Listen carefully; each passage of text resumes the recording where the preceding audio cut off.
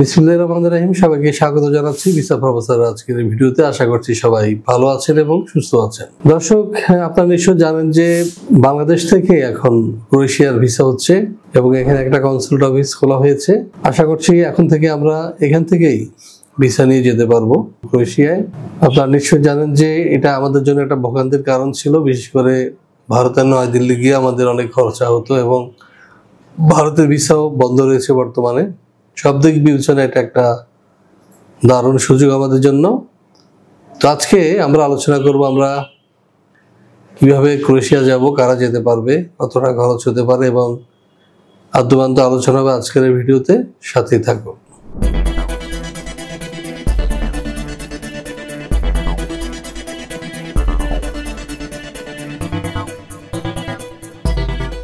আজকের আলোচ্য দেশ ক্রোয়েশিয়া। চলুন প্রথমে দেখে আসি কেমন দেশ এই ক্রোয়েশিয়া।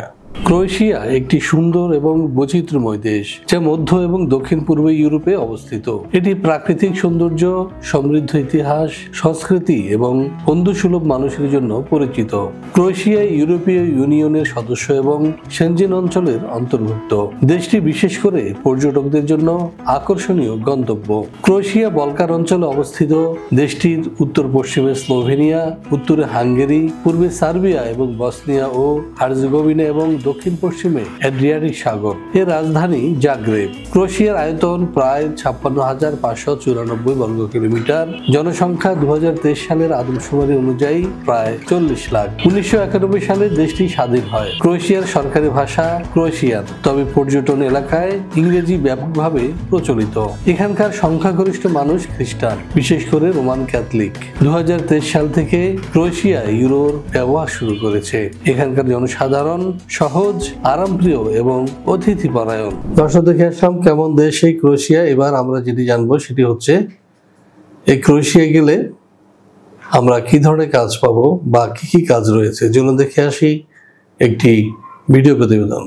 ক্রোয়েশিয়ায় প্রবাসী শ্রমিকদের জন্য বেশ কিছু খাতে কাজের সুযোগ রয়েছে, বিশেষ করে যেসব খাতে স্থানীয় শ্রমশক্তির ঘাটতি রয়েছে। পর্যটন নির্ভর এবং কৃষি প্রধান দেশ হওয়ায় এখানে মৌসুমী কাজ এবং উভয়ই পাওয়া যায়। পর্যটন এবং আতিথেয়তা খাত। ক্রোয়েশিয়ায় আপনি কাজ করতে পারবেন হোটেল স্টাফ, যেমন রিসেপশনিস্ট এবং রুম ক্লিনার হিসেবে। এছাড়াও বিভিন্ন রেস্টুরেন্টের রেস্তোরাঁর ওয়েটার, বারটেন্ডার বা কিচেন হেল্পার হিসেবেও কাজ করতে পারবেন। এদেশে পর্যটন মৌসুমে গাইড এবং গ্রাউন্ড স্টাফ হিসেবেও অনেকে কাজ করে থাকেন। ক্রোয়েশিয়ার ফলমূল এবং শাকসবজি চাষ ও সংগ্রহে শ্রমিক সংকট রয়েছে, বিশেষ করে আঙ্গুর বাগান এবং অলিভ বাগানে রয়েছে কাজের সুযোগ। এছাড়াও আপনারা কাজ করতে পারবেন গ্রিন হাউস বা কৃষি জমিতে। ক্রোয়েশিয়া নির্মাণ শিল্পের বিভিন্ন সেক্টর, যেমন রাজমিস্ত্রি, প্লাম্বার, ইলেকট্রিশিয়ান পদে শ্রমিকের চাহিদা রয়েছে। কাজ পাবেন রোড কনস্ট্রাকশন কাজে। খাদ্য প্রক্রিয়াজাতকরণ কারখানায় রয়েছে প্যাকেজিং, মেশিন অপারেটর এবং ওয়্যার হাউস কর্মী হিসেবে কাজ।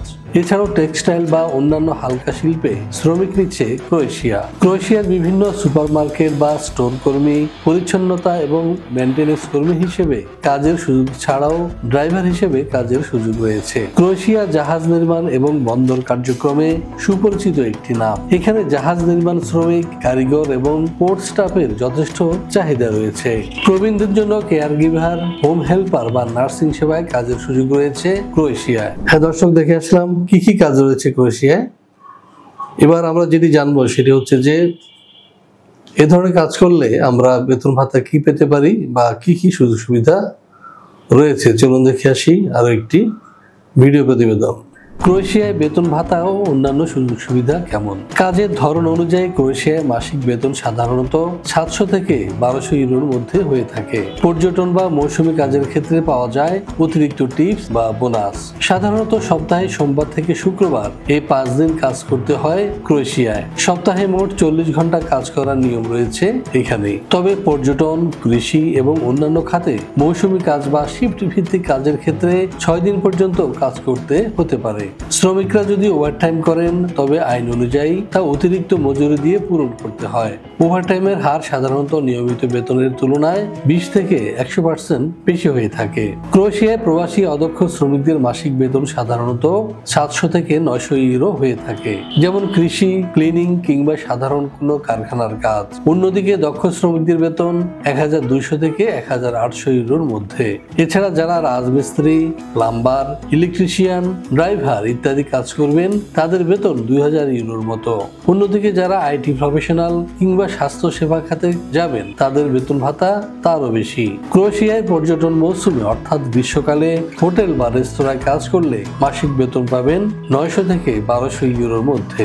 এর সাথে যোগ হতে পারে টিপস বা ওভারটাইম। এছাড়াও এদেশে রয়েছে ঘন্টা ভিত্তিক কাজের ব্যবস্থা, যেখানে প্রতি ঘন্টায় একজন শ্রমিক পাবেন 4 থেকে 6 ইউরো। সাধারণত কারখানা বা কৃষি ক্ষেত্রে এ ধরনের মজুরি প্রচলিত। এখানকার বেশিরভাগ কোম্পানি তাদের শ্রমিকদের জন্য বিনামূল্যে আবাসনের ব্যবস্থা করে থাকে। কিছু ক্ষেত্রে কর্মীদের হোস্টেল বা শেয়ার্ড অ্যাপার্টমেন্টে রাখা হয়। নির্মাণ, কৃষি এবং হোটেল খাতে কাজ করলে সাধারণত খাবারের সুবিধা দেওয়া হয়, যেখানে দিনে 1 বা 2 বেলা বিনামূল্যে খাবার প্রদান করা হয়ে থাকে। এছাড়াও যারা ক্রোয়েশিয়ার স্বাস্থ্য খাতে কাজ পাবেন তাদেরকে সংশ্লিষ্ট কোম্পানি স্বাস্থ্য বীমা প্রদান করে থাকে। সেক্ষেত্রে কিছু ক্ষেত্রে ফ্রি চিকিৎসা সেবা প্রদান করা হয়। কিছু কোম্পানি কর্মস্থলে যাতায়াতের জন্য পরিবহন সুবিধা দেয়। বিশেষ করে নির্মাণ বা কৃষি খাতে এই সুবিধা বেশি দেখা যায়। ওভারটাইমের ক্ষেত্রে অতিরিক্ত মজুরি প্রদান করা হয় মূল বেতনের 20 থেকে 50% বেশি। এছাড়াও রয়েছে বাৎসরিক ছুটি, প্রভিডেন্ট ফান্ড বা অবসর ভাতার পাশাপাশি কর্মীদের প্রশিক্ষণের সুযোগ। দীর্ঘমেয়াদী কাজের ভিত্তিতে রেসিডেন্ট পারমিটের সুবিধা দেওয়া হয়। সাধারণত জাগ্রেব, ডুব্রোভনিকের মতো শহরে তুলনামূলকভাবে বেশি বেতন পাওয়া যায়। সাধারণ বেতন ইউরোপের অন্যান্য দেশের তুলনায় কিছুটা কম হলেও অধিকাংশ মৌসুমী এবং অদক্ষ কাজের ক্ষেত্রে থাকা এবং খাওয়ার সুবিধা ভালো। হ্যাঁ দর্শক, আমরা জেনে আসলাম ক্রোয়েশিয়ায় এ ধরনের কাজ করলে আমরা বেতন ভাতা কি পেতে পারি বা কি কি সুযোগ সুবিধা রয়েছে।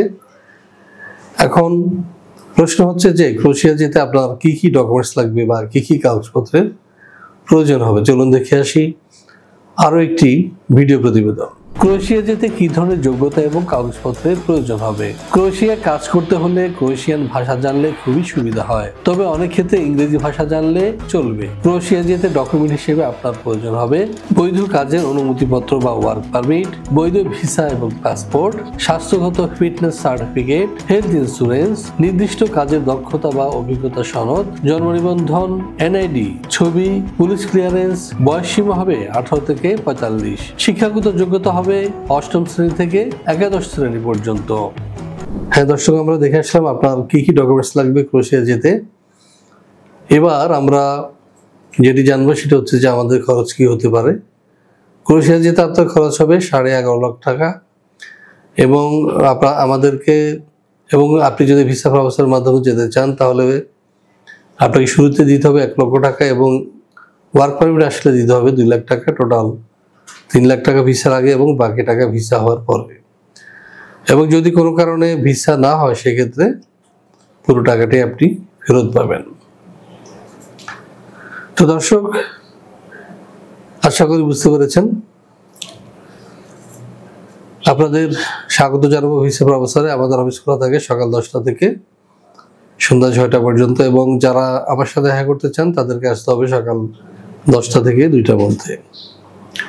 তো দর্শক, আপনাদের সবাইকে ভিসা প্রফেসরের 1 কাপ চায়ের দাওয়াত জানিয়ে শেষ করব আজকের ভিডিও। সবাই ভালো থাকুন এবং সুস্থ থাকুন, নিরাপদে থাকুন। আল্লাহ হাফেজ।